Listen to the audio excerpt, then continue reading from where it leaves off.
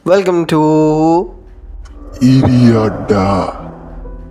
আজকের থেকে আমার চ্যানেলের নাম বানালাম ইরি আড্ডা, কারণ বেশ ইউনিক লাগলো। স্কেয়ারি পার্টটাও আছে আর বাংলার আড্ডা কালচারটাকেও ক্যাপচার করা যাচ্ছে, তাই আজকে থেকে আমার চ্যানেলের নাম ইরি আড্ডা।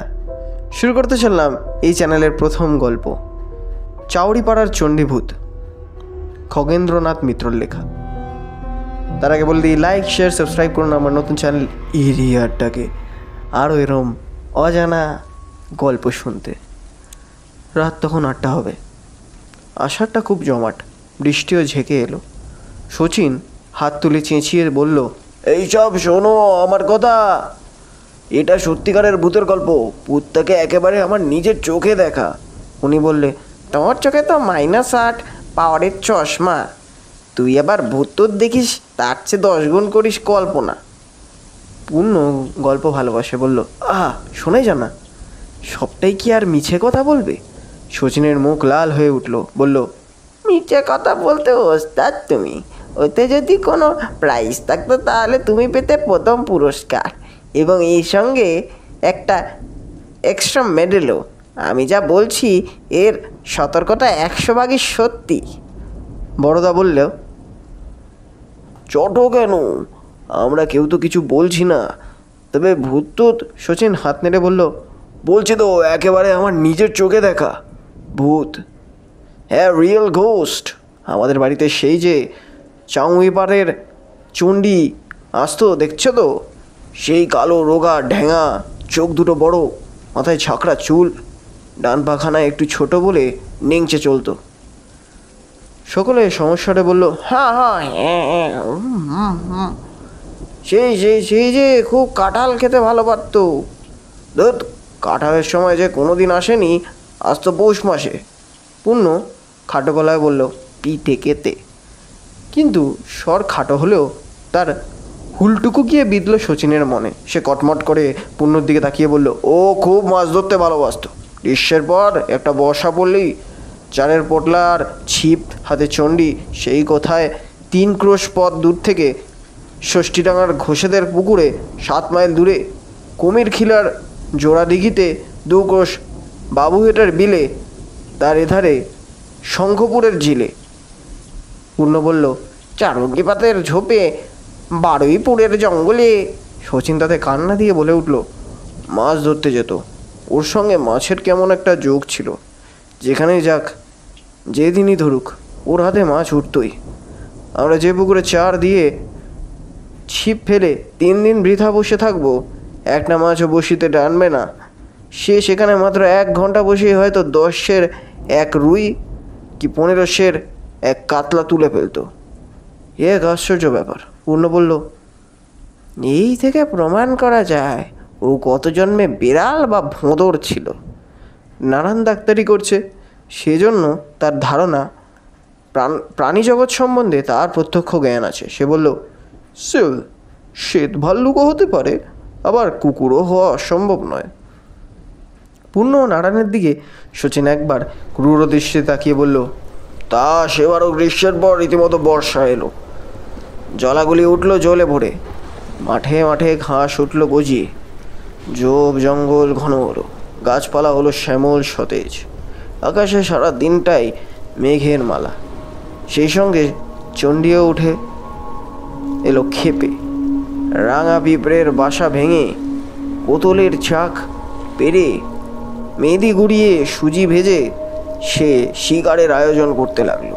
ঘরের চালের বাঁটায় ছিপ, কাঠের বাক্সে হুইর সুতো আর 6টা বড়শি ছিল। সেসব পেরে বার করে ঘোষেদের একটা রাজহাঁসের পালক ছিঁড়ে তা দিয়ে ফ্যাতনা তৈরি করে চায়ের মোড়কের রাংতা গলিয়ে তার ভার লাগিয়ে 3 দিনে তৈরি হয়ে নিল। কিন্তু কোথায় যে মাছ ধরতে যাবে তা কারুকে বলল না।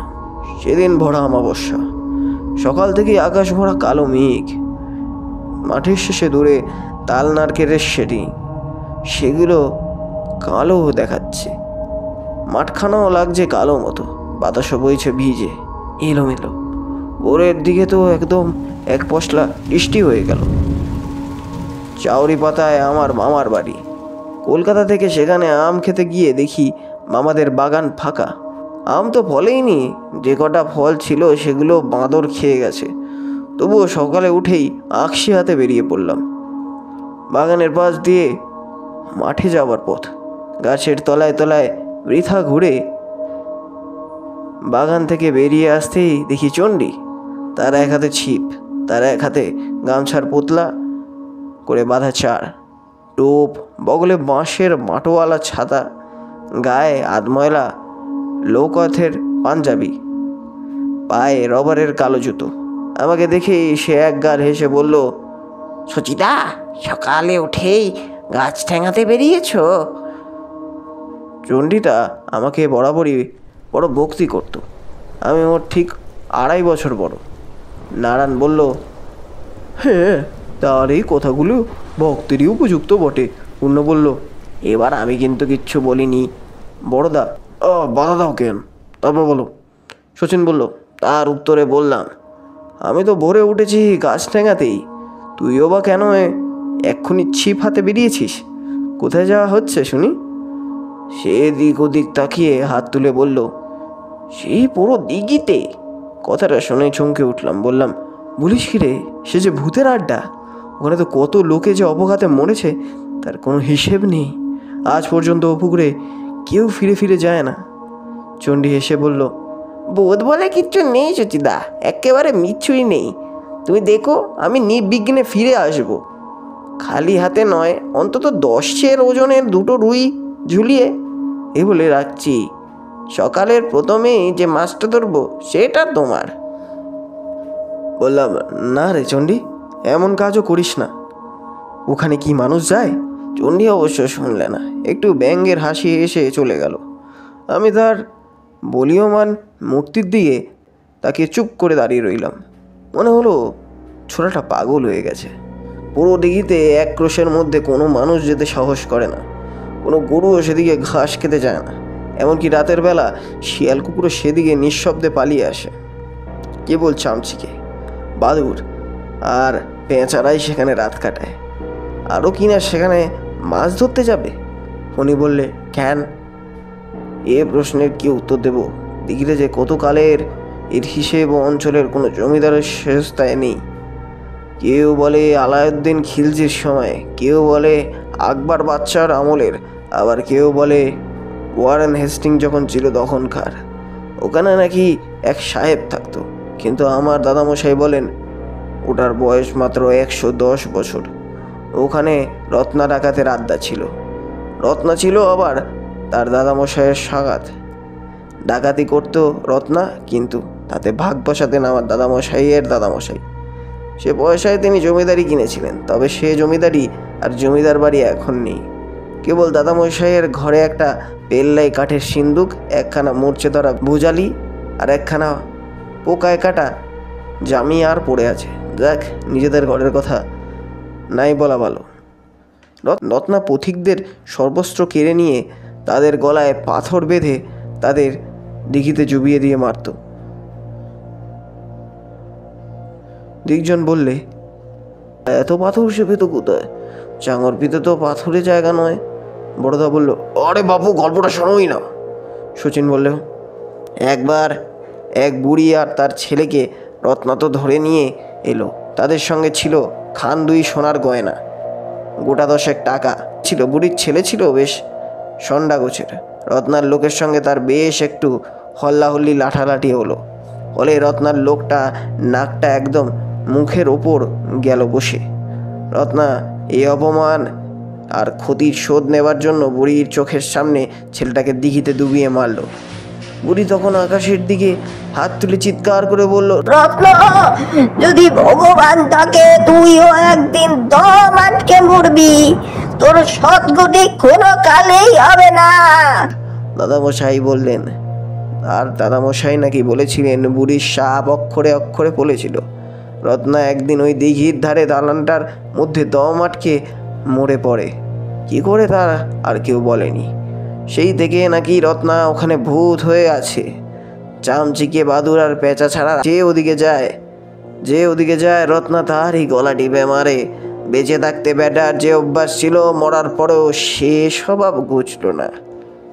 এই যে কথায় বলে স্বভাব যায় না মূলে, এ তারই ভৌতিক প্রমাণ। যাক, দাদামশাই তখন ছোট, একবার দিঘিটার ধারে গিয়েছিলেন, কিন্তু স্যাঙাতের নাতি বলে রত্না তাকে কিছু বলেনি।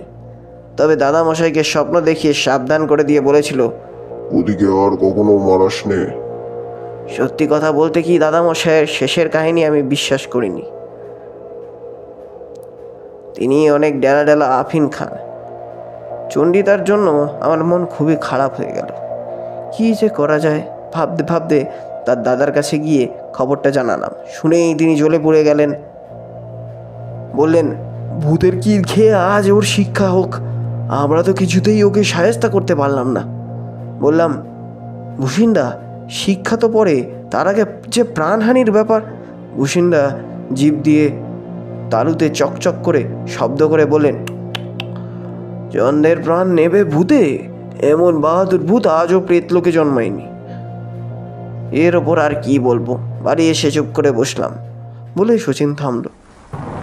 বাইরে তখন ঘন ঘন বিদ্যুৎ চমকাচ্ছে। দূরে কোনো অট্টালিকার মাথায় যেন বাজ পড়ল। বৃষ্টি ও বাতাস মেতে উঠেছে। সারসিগুলির গায়ে এসে দুটোতে মাঝে মাঝে ধাক্কা দিয়ে ফিরে যাচ্ছে।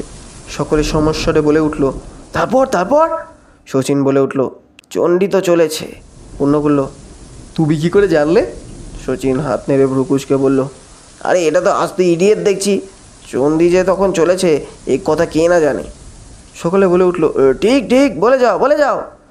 চণ্ডী আলোর ওপর দিয়ে চলেছে। তার দুধারে শস্য শূন্য ভিজে ক্ষেত। চাষিরা কোনো কোনো ক্ষেতে লাঙল দিচ্ছে। ক্ষেতের এখানে সেখানে একটি দুটি তাল গাছ। বিশ্বনাথের মন্তর ভরা মাদুলির মতো তাদের মাথায় জটার মধ্যে একটি করে কলসি বাঁধা। ক্ষেতের শেষ প্রান্তে গ্রাম। কালো মেঘের গাঢ় ছায়ায় সেগুলি ঝাপসা হয়ে আকাশের তলে মিশে গেছে। চাঙড়িপোতা থেকে পুরো দিঘি পুরো 2.5 ক্রোশ দক্ষিণে, আর সেখান থেকে শ্যাওলাগায়ের নদীতে 1 ক্রোশ দূর। চণ্ডী মাঠ ভেঙে দিঘিটার কাছে গিয়ে যখন পৌঁছালো তখন বেলা 9টা হবে। দিঘির চারধারে ঝোপঝাড়, তার মাঝে তাল, নারকেল আর কয়েকটা আম কাঁঠালের গাছ। চণ্ডী শুনেছিল সেখানে একটা বাড়ি আছে। কই কিছুই তো। এই যে একটা দালান। চণ্ডী সেখান থেকে লক্ষ্য করে দেখতে লাগলো দালানটার ছাদ ভেঙে পড়েছে। একধারে দেয়াল ধসে খান কয়েক কড়িকাঠ বেরিয়ে থাকে। ছাদের ভাঙা আলসেও কয়েকটা অসত্য গাছ।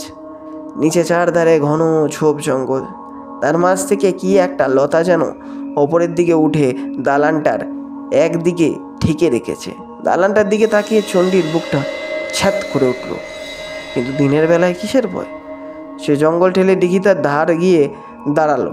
জঙ্গলের জলে যে তার কাপড় জামা ভিজে গেছে সেদিকে খেয়ালই নেই। তার সামনে প্রকাণ্ড দিঘি, তার অর্ধেকটা পদ্মবন, বাকিটুকু কলমি, হেংচা ও পানায় ভরা। হঠাৎ একটা বড় হাই দিয়ে উঠল। সেই সময় চণ্ডী দেখলো দিঘিটার জলের রং একটু লাল। একটু দূরে এক জোড়া বক বসেছিল। চণ্ডীর সাড়া পেয়ে তারা মোটা গলায় বকর বকর ডেকে সেখান থেকে উড়ে গিয়ে ওপরে শ্যাওড়া গাছটার মাথায় বসলো।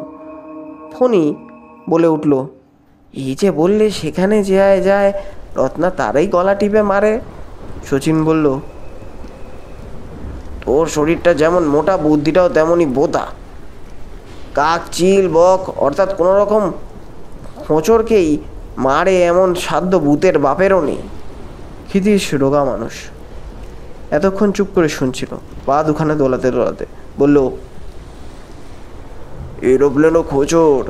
তাকে শচীন বলল, চুপ করো ও চিংড়ে, তোকে আর চিরিং চিরিং করতে হবে না। বেশ, তোমাদের যদি শুনতে ইচ্ছা না হয় আমি আর। সকলে বলল, আরে বলো বলো চণ্ডী, তারপরে কি করলে? চণ্ডী দিঘির ধারে একটু পরিষ্কার জায়গা বেছে নিয়ে তার ছাতা, ছিপ আর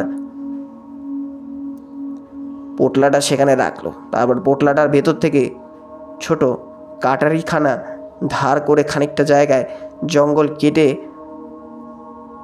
সেখান থেকে কলমি হেংচা ছিঁড়ে পরিষ্কার করে চার ফেলে টোপ গেথে বড়শিটা হাতে দুলিয়ে জল ফেলবার সময় একবার বাড়িটার দিকে তাকালো। তার মনে হলো ডান দিকের ঘরখানার মধ্যে কে যেন সাদা কাপড় পরে দাঁড়িয়ে আছে, আর তার চোখ জোড়া আগুনের ফুলকির মতো জ্বলছে। দেখে চণ্ডীর বুকটা একটু কেঁপে উঠল, তবুও সে ভালো করে লক্ষ্য করতে লাগলো সত্যি সেখানে কেউ দাঁড়িয়ে আছে কিনা। মিনিটখানেক পরে লক্ষ্য করে আর কিছুতেই দেখতে পেল না। ওটা মনের ভুল ভেবে চণ্ডী ছিপ ফেলে খান কয়েক চুপ আর হাট পাতা বিছিয়ে তার উপর বসলো। চণ্ডী তো ছিপের বাটটা পা চেপে চুপ করে বসে আছে। চারধারে নিস্তব্ধ নির্জন ভিজে মাটি, পচা ডালপালার গন্ধ নাকে লাগছে। কচুবন মশার ঝাঁক ধরেছে। পোঁ পোঁ করে দিঘির ওপারে একটা তাল গাছের মাথায় বসে একটা দ্বারকা ডেকে উঠেছে। একটা মাছ ঘাই দিয়ে উঠল। চণ্ডীর মনটা বড় খারাপ হয়ে গেল। এমন নিস্তব্ধতাতে সে আগেও অনেক দিন অনুভব করেছে, কিন্তু আজকের স্তব্ধতাটাকে বোধ হতে লাগলো যেন পাষাণের মতো বিষম ভারী। কিছুটা এটা নাড়ানো বা সরানো যাবে না। ক্রমেই যেন তার বুকের ওপর চেপে বসেছে। বাতাস স্থির, আকাশে মেঘ ভার স্থির হয়ে আছে। একটি ছোট পাতা পর্যন্ত নড়ছে না। জলও শান্ত। খড়কের মতো হলদে ফড়িং আধডোবা ফ্যাতনার ওপর বারবার উড়ে বসছে।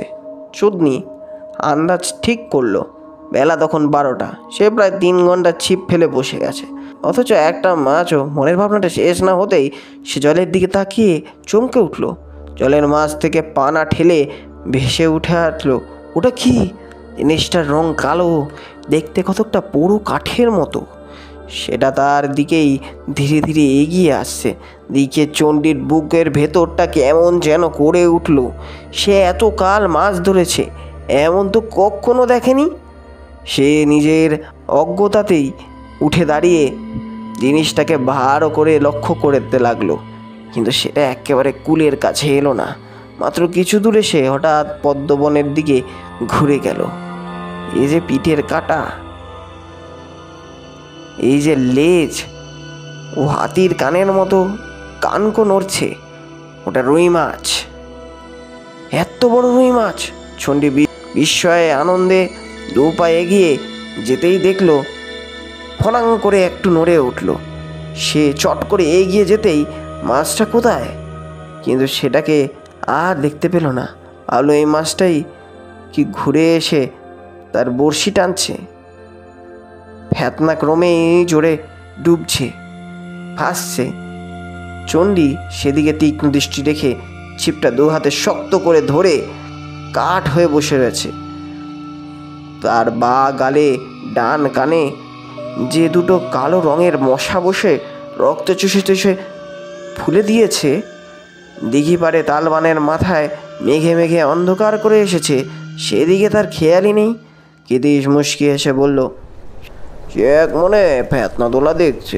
শচীন এতক্ষণ তার দিকে মুখ করে গল্প বলছিল, এবার অন্যদিকে মুখ ফিরিয়ে বলল, এটা দেখছি পুণ্যের স্বাদ।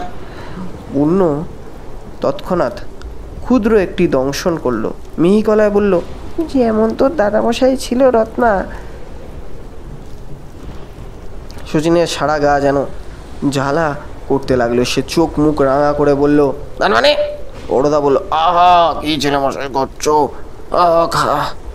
এরকম করলে বলা অসম্ভব। যদি শুনতে চাও, কেউ একটু কোথাও কথা কইতে না। বেশ বেশ বেশ বেশ, এই আমরা মুখে চাবি দিলাম। তবুও শচীন একটু চুপ করে বসে রইল।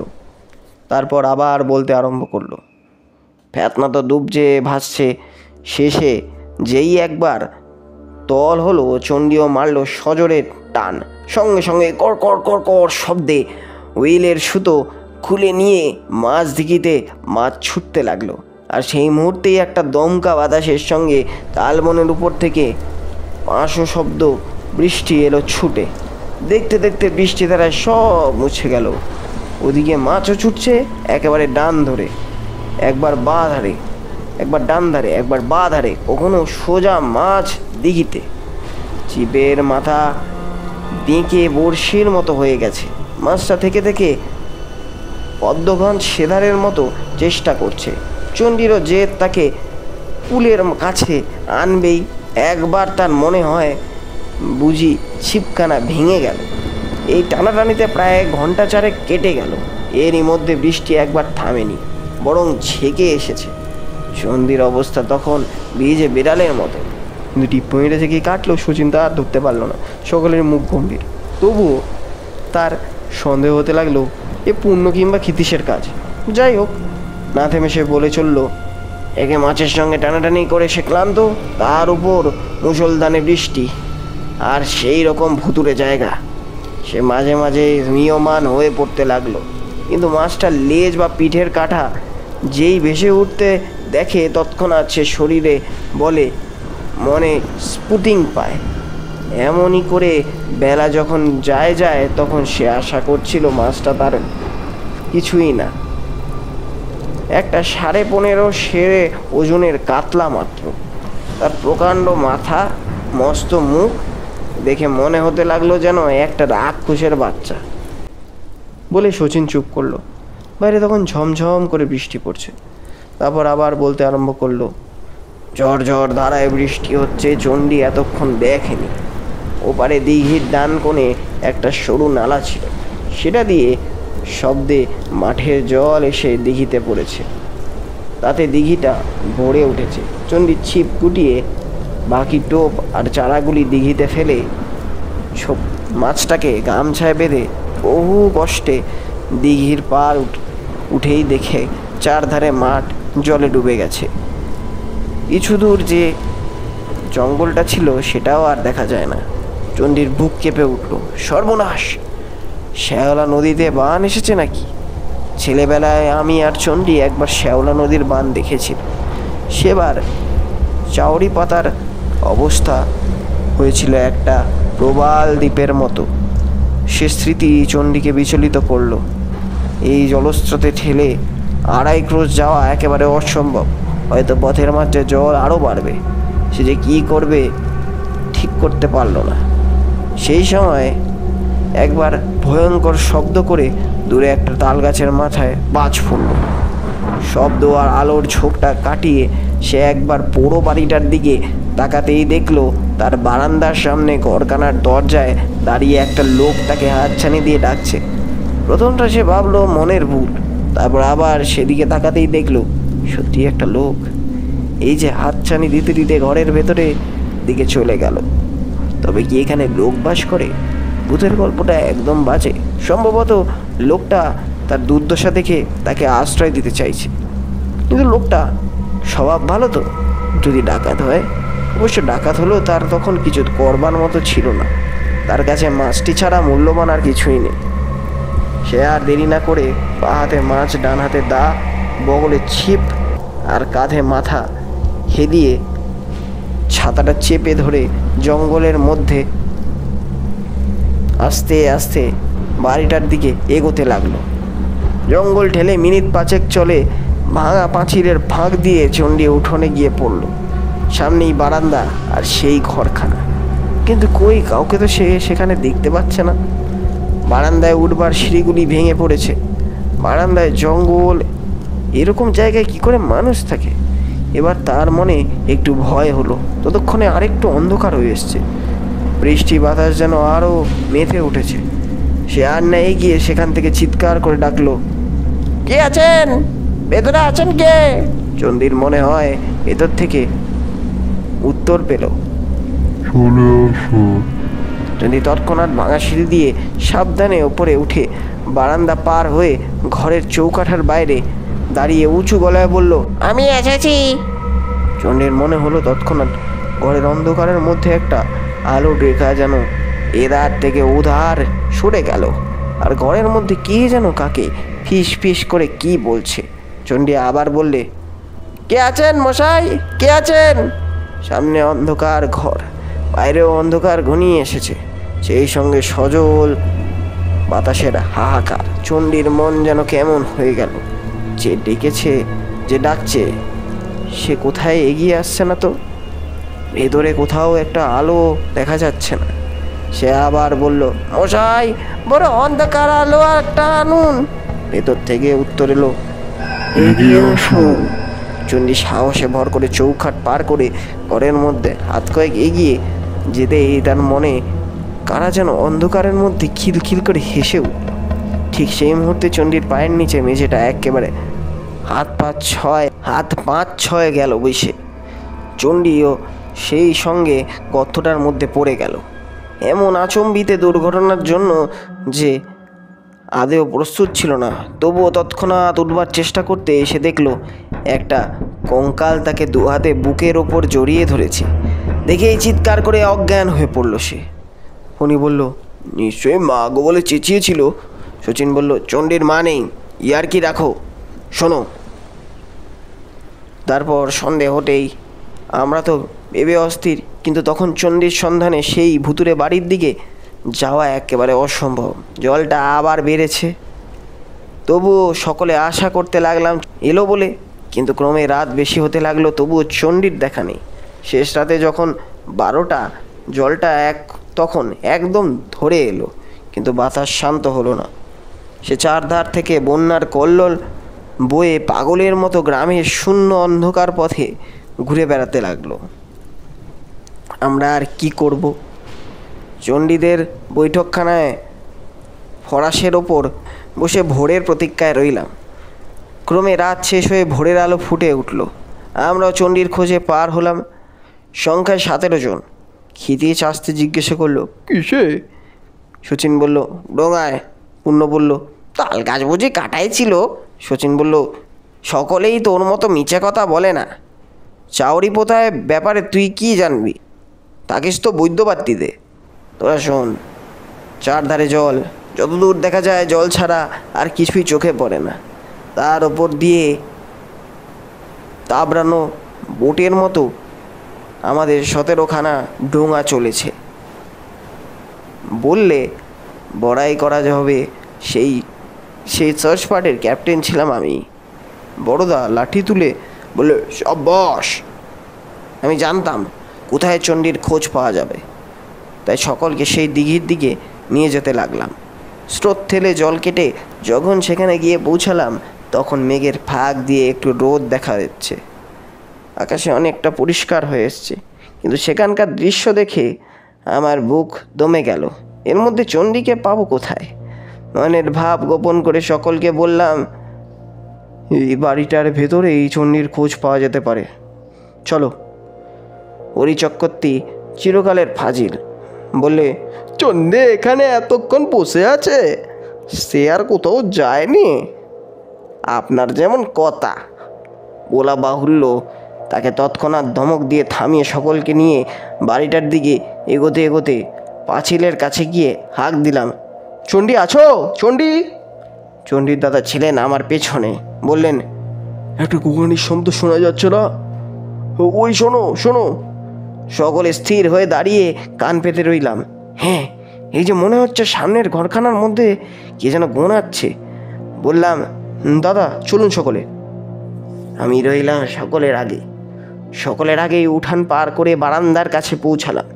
এবার শব্দ আরও স্পষ্ট শোনা যেতে লাগলো।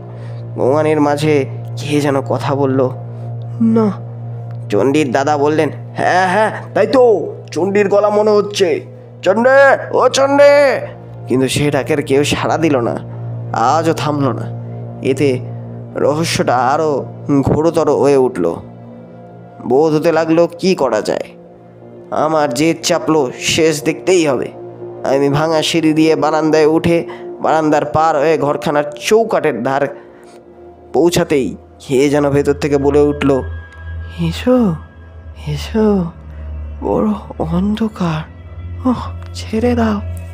চিৎকার করে বললাম, চণ্ডীরে পাওয়া গেছে, যে কথা বলেছ। আমার কথা শুনে সকলে পিছনে এসে দাঁড়ালো। আমি সোজা ঘরের ভিতরে ঢুকে গেলাম, কিন্তু বেশি দূর যেতে পারলাম না। কয়েক পা গিয়ে সামনের দিকে তাকিয়ে চমকে উঠলাম। দেখি গর্তের ভেতরে একটা বুকের ওপর চণ্ডী কত করে পড়ে ভুল বকছে, আর কঙ্কালটা তাকে দু হাতে জড়িয়ে ধরে রয়েছে। সকলে ইতিমধ্যে এসে গর্তটা ঘিরে দাঁড়িয়েছিল। কঙ্কালটার মস্ত মাথা, চোখখানি কোটর, 32 দাঁত, বড় চোয়াল। কিন্তু আর বলতে ইচ্ছা হয় না। সকলে বলে উঠল, বলো বলো, থেমো না, তারপর কি হলো? শচীন দীর্ঘ নিঃশ্বাস ফেলে বলল, সেই কঙ্কালের বুক থেকে বহু কষ্টে চণ্ডীকে উদ্ধার করে নিয়ে আমরা চাউরিপতায় ফিরে এলাম। নারায়ণ জিজ্ঞাসা করলো। শচীন সে কথার উত্তর না দিয়ে বলল, আমি সেই দিনই দুপুরে কলকাতায় চলে আসি। রাতের বেলায় তেতলার ঘরের দরজা ভিজিয়ে একা বসে চণ্ডীর কথা ভাবছি। জানলার বাইরে নারকেল গাছটা বাতাসে সরসর করে নড়ছে। হঠাৎ হুশ করে দরজাটা খুলে গেল। ফিরে তাকিয়ে দেখি দরজায় দাঁড়িয়ে চণ্ডী, তার হাতে একটা প্রকাণ্ড কাতলা মাছ। মাছটা তখনও খাবি খাচ্ছে। বুঝলাম চণ্ডী আর নেই। আমার রক্ত হিম হয়ে গেল। আমি অজ্ঞান হয়ে পড়ে গেলাম বলে শচীন চুপ করলো। নিঃশব্দ ঘর। বাইরে তখনও বৃষ্টি থেমে গেছে। হঠাৎ ঘরের দরজাটা খুলে গেল। সকলে সেদিকে তাকিয়ে চিৎকার করে উঠল, চণ্ডী, চণ্ডী এসেছে, চণ্ডী। চণ্ডী ঘরে ঢুকেই বলল, সুচিদা, তোমাকে খুঁজতে এখানে। শশী ততক্ষণে স্প্রিংয়ের মতো লাফিয়ে উঠে ফরাস থেকে নিচে নেমে দাঁড়িয়েছিল। চণ্ডীকে আর না এগোতে দিয়ে একজোড়া স্যান্ডেল কুড়িয়ে নিয়ে সে চণ্ডীকে টানতে টানতে বলল, শিগগির বেরিয়ে আয়। কিন্তু সে তৎক্ষণাৎ চিৎকার করে উঠল, আরে আমার এক পাটি স্যান্ডেল নিতে হবে। এই যে দুটোই বা পায়ের। পূর্ণ বলল, ব্যস্ত হয়েও না, ও আবার আসবার পথে করে দেবে। রাস্তা দিয়ে একখানা ছেঁকড়া গাড়ি যাচ্ছিল। সকলে শুনতে পেল চিৎকার করে চলেছে, এই রাখো বাগবাজার। তারপরেই গরুয়ানার গলা ও চাকরের আওয়াজ পাওয়া গেল, টি টি গট গট।